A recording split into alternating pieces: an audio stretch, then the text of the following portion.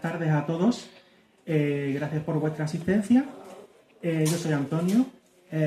y lo primero que quería agradecer esta tarde es a la librería Picasso de Granada por acogerme como escritor novel. Y dado que la persona que me iba a presentar esta tarde,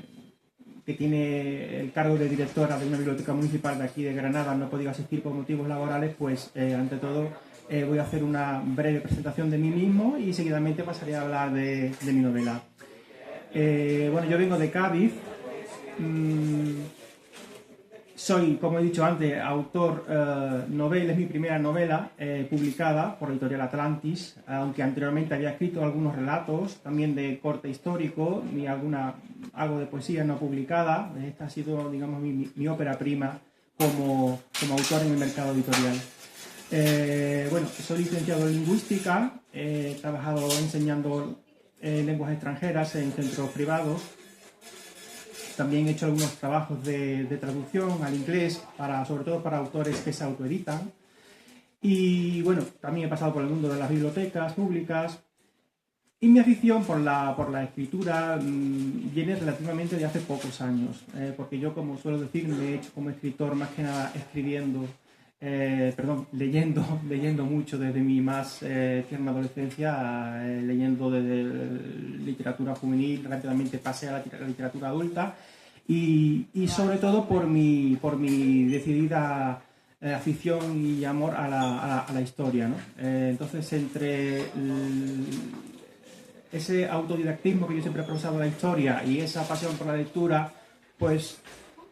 un buen día descubrí que tenía la necesidad de escribir novela histórica, empezando con relatos cortos. Realmente, ¿qué fue lo que me impulsó a escribir una novela como la que traigo aquí ahora para presentar? Yo siempre me hice las siguientes preguntas y os la lanzo a vosotros para que reflexionéis un poco sobre estas preguntas. ¿Cuántas novelas conocéis que, ambientadas en la antigüedad y situadas en el Mediterráneo, no se centren necesariamente en la cultura romana o greco-romana? ¿Cuántas novelas que no traten de Egipto o de Persia o de las grandes civilizaciones del Oriente Medio? En definitiva, ¿cuántas novelas me podéis nombrar de autores nacionales o extranjeros que se sumerjan en la cultura fenicia o púnica tan relacionada con nuestra península ibérica y de manera particular con el Mediterráneo andaluz? Ciertamente son muy pocas en relación con los temas estrella de la literatura de género histórico,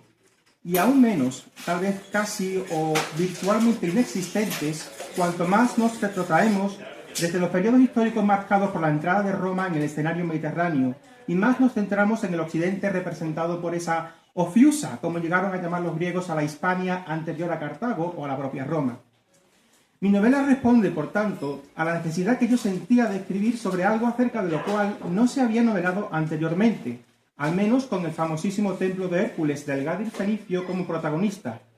Y en este sentido me gustaría reivindicar aquí la importancia histórica del pueblo fenicio, no solo por sus logros y aportes al progreso de la civilización. Recordemos tan solo la difusión de la escritura, la internacionalización del comercio, los avances en las técnicas de navegación, así como el desarrollo de la industria alfarera y del arte orfebre, por nombrar tan solo algunos de los más significativos. Y no nos olvidemos de que en la península ibérica tuvieron una destacadísima presencia y protagonismo, mucho mayor que los ecos que llegaron de la cultura helena a las pocas fundaciones de origen griego en nuestras costas. Sin ir más lejos, hay que recordar a la almuñécar de nuestros días, la sexy fenicia, que junto a un verdadero rosario de asentamientos de origen igualmente fenicio por todo el Mediterráneo andaluz, nos habla de una temprana identidad andaluza fuertemente influenciada por esta cultura oriental,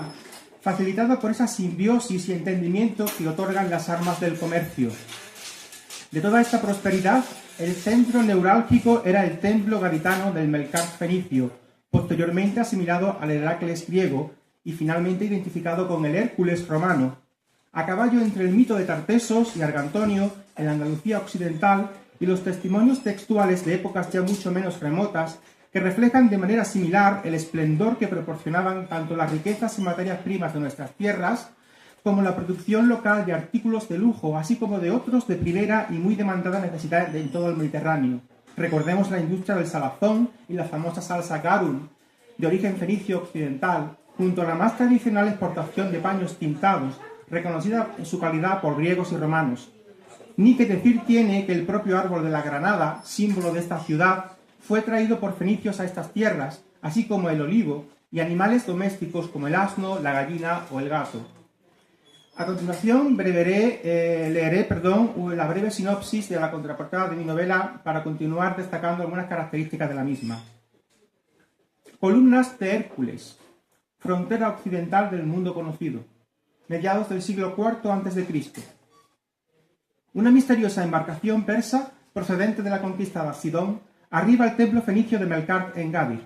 Al frente de la misma se encuentra el comandante Mirza, quien, para ganarse la confianza de los sacerdotes del templo, les trae una de las 12 míticas llaves que, perdidas y en paradero desconocido por el mundo, abrirían supuestamente cada uno de los 12 cofres del más arcano y misterioso tesoro del antiquísimo santuario, que se remontaría a la época primigenia de Tartesos y a una hipotética Atlántida perdida.